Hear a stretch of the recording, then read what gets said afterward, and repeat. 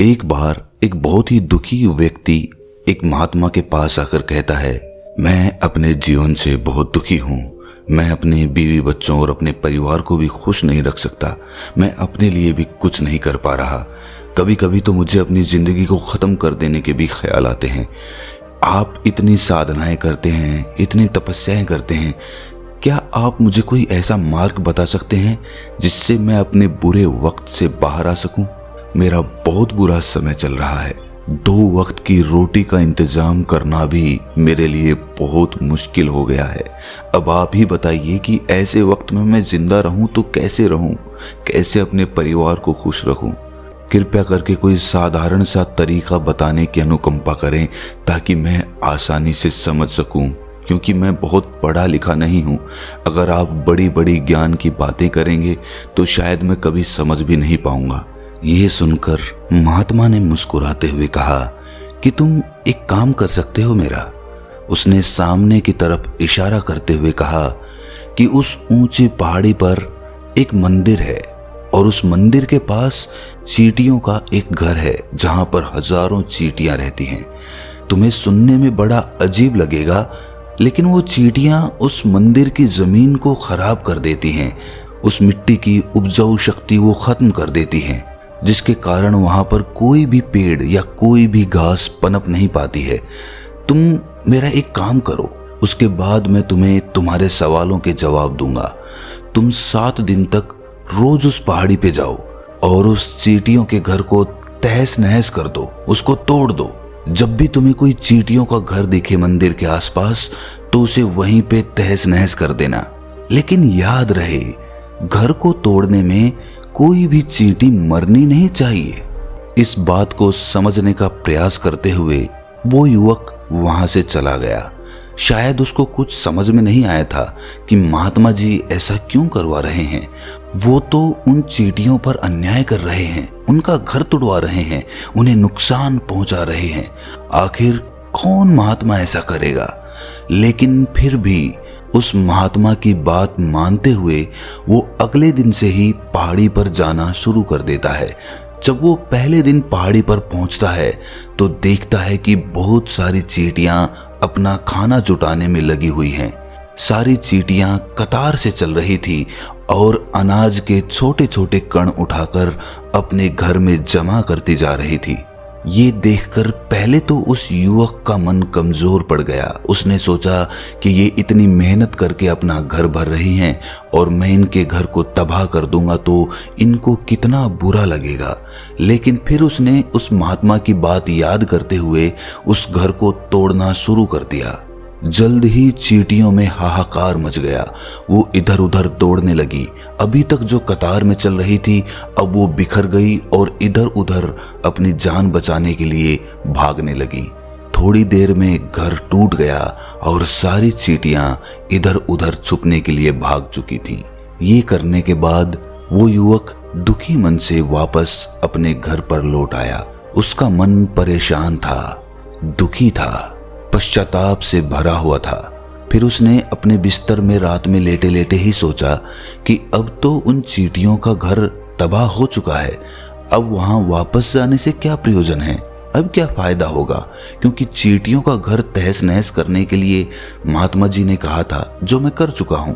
लेकिन फिर कुछ सोचकर अगले दिन उसने फिर से जाने का निश्चय किया और अगले दिन सुबह सुबह उठकर वो वापस उसी पहाड़ी पर पहुंच जाता है। पहाड़ी पर पहुंचकर वो उसी जगह पर पहुंचता है जहां पिछली सुबह उसने उस घर को तहस नहस कर दिया था। लेकिन वो ये देखकर चौंक जाता है कि उन चींटियों ने फिर से अपना घर उसी जगह पर बना लिया था और अब वो फिर से अपने घर के लिए सामान इकट्ठा करने में जुटी हुई थी। उस आदमी को देखकर लगा कि ये चींटियां कितनी मूर्ख हैं। इनको पता है कि कल ही इनका घर इसी जगह पर तबाह किया गया है और उसी जगह पर उन्होंने अपना नया घर भी बना लिया। और ये सोचकर वो आदमी हंसने को हुआ। लेकिन फिर से महात्मा की बात याद करते हुए उसने उन चींटियों का घर फिर से तबाह करना शुरू कर दिया। फिर से उन चींटियों में हलचल मच गई और थोड़ी देर में वो चींटियां इधर उधर अपनी जान बचाने के लिए भागने लगी। कुछ ही देर में उनका घर फिर से नष्ट हो गया और वो युवक थोड़ा संतोष के भाव से कि इस बार तो मैंने अच्छी तरह से उस घर को तबाह कर दिया है, अब तो वो चींटियां यहाँ पर अपना घर बना ही नहीं पाएंगी। इसीलिए जाने से पहले उसने उस घर पर ठंडा पानी भी डाल दिया ताकि चींटियां वहां पर अपना घर ना बना सकें। और इस तरह अपना कर्म पूरा करके वो युवक फिर से अपने घर लौट आया। आज रात में सोते वक्त फिर से वो इंसान यही सोच रहा था कि क्या महात्मा ये सही काम करवा रहे हैं? क्या किसी का घर तबाह करना किसी सिद्ध पुरुष को शोभा देता है? क्या हो अगर वो महात्मा सिद्ध पुरुष हो ही ना? क्या होगा अगर वो मुझे बेवकूफ बना रहे हों? लेकिन फिर उसने निश्चय किया कि मैं अपने काम को पहले पूरा कर लेता हूँ, उसके बाद ही पता चलेगा कि महात्मा मुझसे ऐसा क्यों करवा रहे थे। और यही सोचकर वो रात में सो जाता है।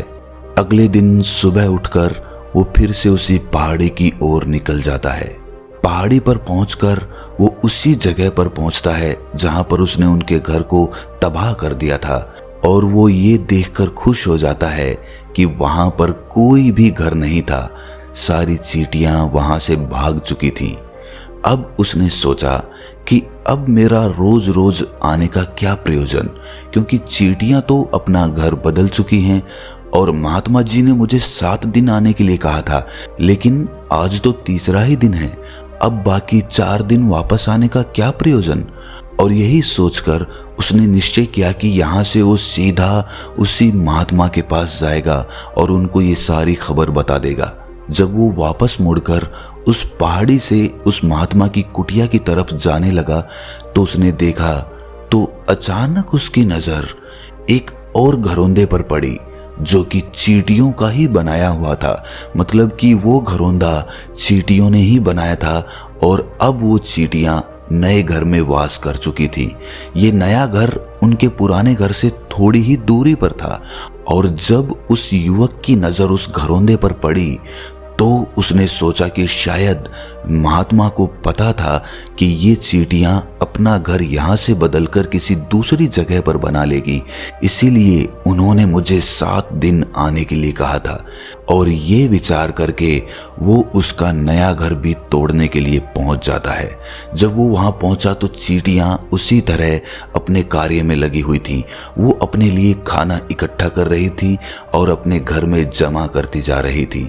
जो पुराना घर टूटा था वहां भी अनाज के कण बचे हुए थे और चींटियां वहां से भी अनाज इकट्ठा कर करके वापस अपने नए घर में ला रही थी।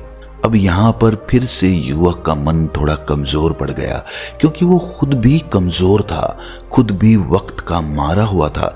इसीलिए उसके मन में उन चींटियों के प्रति दया का भाव उमड़ रहा था। उनके ऊपर उसे दया आ रही थी। वो चाहता था कि उनकी मदद करे, लेकिन वो उल्टा उनको नुकसान पहुंचा रहा था। लेकिन उस महात्मा की बात को याद करते हुए उसने फिर से उस घर को तोड़ने का निश्चय किया और उसने इस बार बड़ी ही सावधानी के साथ बिना किसी चींटी को कोई नुकसान पहुंचाए वो घर तबाह करना शुरू कर दिया। वक्त थोड़ा ज्यादा लगा क्योंकि किसी भी चींटी को नुकसान ना पहुंचाने की शर्त महात्मा ने पहले ही रखी थी, इसीलिए उसको बड़ी सावधानी के साथ उन घरों को तबाह करना था। लेकिन आखिरकार उसने उस घर को भी तबाह कर दिया और उस घर को तबाह करने के बाद वो बड़े ही दुखी मन से, इस बार वो पहले से भी ज्यादा दुखी था क्योंकि उसने उनका नया घर भी तोड़ दिया था। वो उन चींटियों को बसने ही नहीं दे रहा था और वो अब अपने आप को शैतान या दानव समझने लगा था। लेकिन फिर भी उस महात्मा की बात को मानते हुए वो अपने घर पर दुखी मन से वापस आ गया।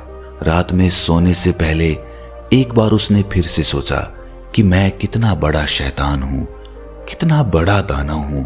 पुराना घर तो छोड़ो, मैं उन चींटियों को कहीं भी बसने के लिए कोई जगह ही नहीं दे रहा हूँ। वो चींटियां मेरे बारे में क्या सोचती होंगी, वो कितना दुत्कारती होंगी उस परमात्मा को जो मेरे द्वारा ये काम करवा रहा है।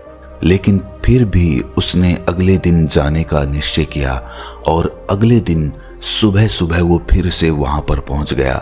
वो ये देखकर फिर से आश्चर्यचकित रह जाता है कि इस बार चींटियों ने एक और नई जगह पर अपना घर बना लिया था।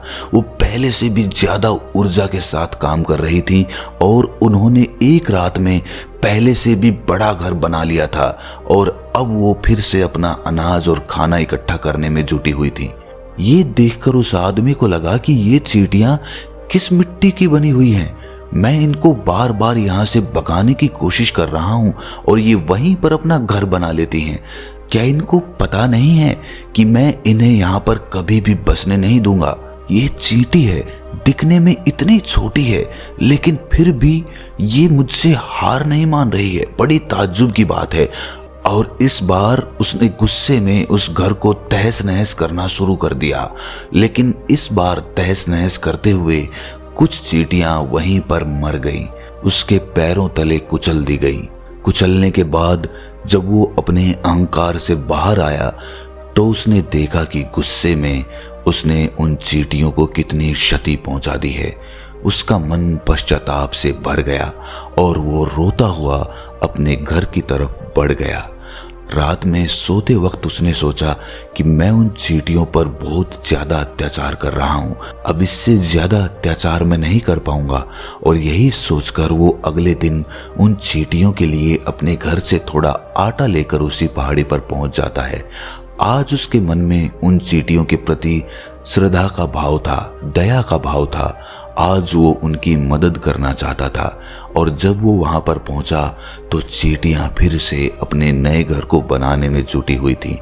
उसने बड़ी ही करुणा के साथ उन चींटियों को अपना लाया हुआ वो आटा खिलाया और अगले 3 दिनों तक वो ऐसा ही करता रहा। वो रोज सुबह जाता और उन चींटियों को अपने हाथों से आटा खिलाता। 7 दिन के बाद वो युवक उस महात्मा के पास पहुंचकर हाथ जोड़कर बोलता है कि हे महात्मा जी, मुझे माफ कर देना। मैंने उन चींटियों का घर तबाह करने के लिए बहुत कोशिश की। मैंने उनका घर तबाह किया भी, एक बार नहीं 4 बार मैंने उनका घर तोड़ा। उसके बाद मैं हिम्मत नहीं कर पाया, उनके घर को नहीं तोड़ पाया। मैं समझ सकता हूं कि मैंने आपका काम पूरा नहीं किया और इसके बदले आप मुझे वो तरीके भी नहीं बताएंगे जो कि मुझे मेरे बुरे समय से बाहर निकाल सकते हैं। लेकिन मुझे इसका कोई खेद नहीं है। मुझे लगता है कि मैंने जो किया वो सही किया, इसीलिए मैं आपसे आज्ञा लेकर वापस जा रहा हूँ। कृपया मुझे वापस अपने घर जाने की आज्ञा दीजिए। ये सुनकर उस महात्मा ने मुस्कुराते हुए कहा कि अरे बंते, कहाँ चल दिए? रुको तो सही, जलपान तो कर लो, थोड़ी देर ठहर जाओ, उसके बाद चले जाना। और ये कहकर वो महात्मा उस युवक के लिए पानी लेकर आते हैं। पानी पिलाने के बाद महात्मा उस युवक से पूछते हैं कि तुम मुझे ये बताओ कि आखिर तुम उन चींटियों का घर तबाह क्यों नहीं कर सके? वो चींटियां तो छोटी छोटी हैं और तुम इतने विशालकाय हो, फिर भी तुम उन छोटी छोटी चींटियों का घर तबाह नहीं कर पाए। कहाँ है तुम्हारी शक्ति, तुम्हारा बाहुबल? इसका जवाब देते हुए उस युवक ने कहा कि हे महात्मन, मैंने उन चींटियों का घर तबाह कर दिया था, बार बार किया था। एक बार तो अपने गुस्से में उन चींटियों को भी मैंने हानि पहुंचा दी थी, लेकिन जिस दिन मैंने उनको हानि पहुंचाई उसी दिन मेरे को लगा कि मैं इनको क्यों हानि पहुंचा रहा हूं, क्यों इनको इतनी तकलीफ दे रहा हूं।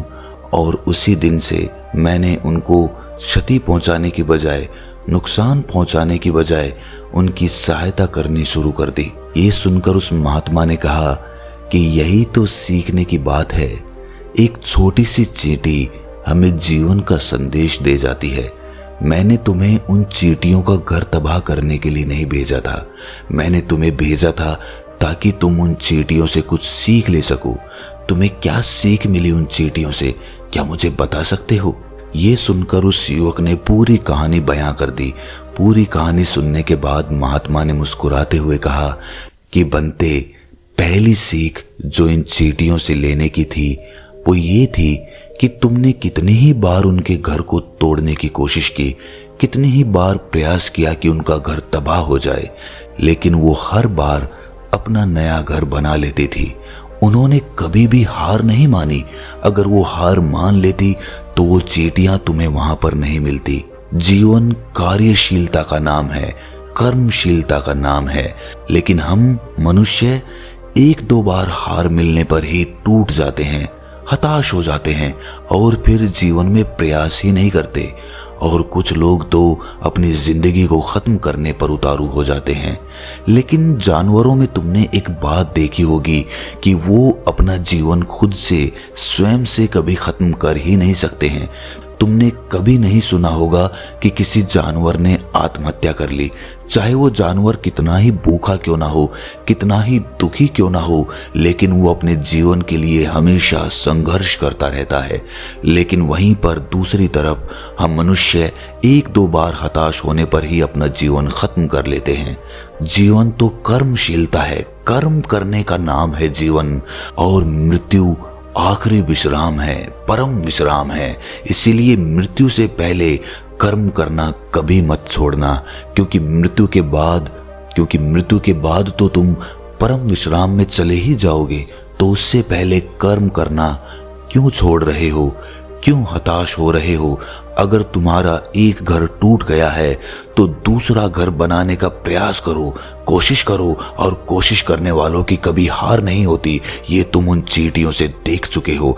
देखने में तुमसे कितनी छोटी है वो चींटियां और तुम इतने बड़े हो, लेकिन उनका मन तुम्हारे मन से इतना बड़ा है, इतना विशाल है, इतना दृढ़ संकल्पी है कि इतनी बार घर टूटने पर भी उन चींटियों ने कभी हार नहीं मानी।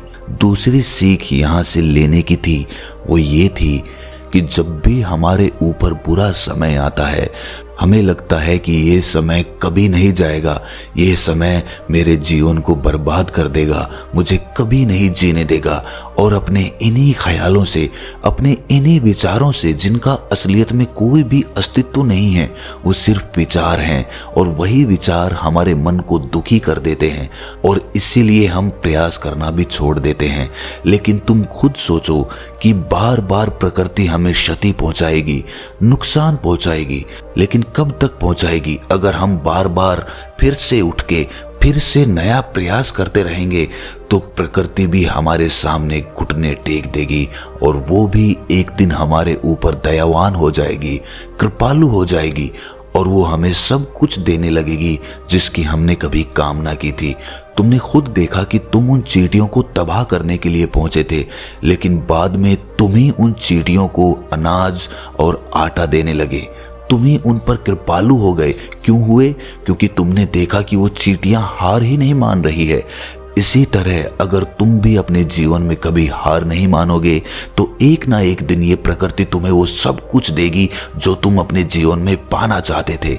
इसीलिए दो सीख याद रखना, कर्मशीलता, कार्य करते जाना, और दूसरा कि एक ना एक दिन प्रकृति तुम्हारे उस कर्म का परिणाम तुम्हें जरूर देगी। तो दोस्तों, कैसी लगी ये कहानी आपको कमेंट सेक्शन में ज़रूर बताना, और अच्छी लगी हो तो इस चैनल को सब्सक्राइब ज़रूर कर लेना। तो मिलते हैं अगली किसी कहानी में, तब तक के लिए अपना ख्याल रखें।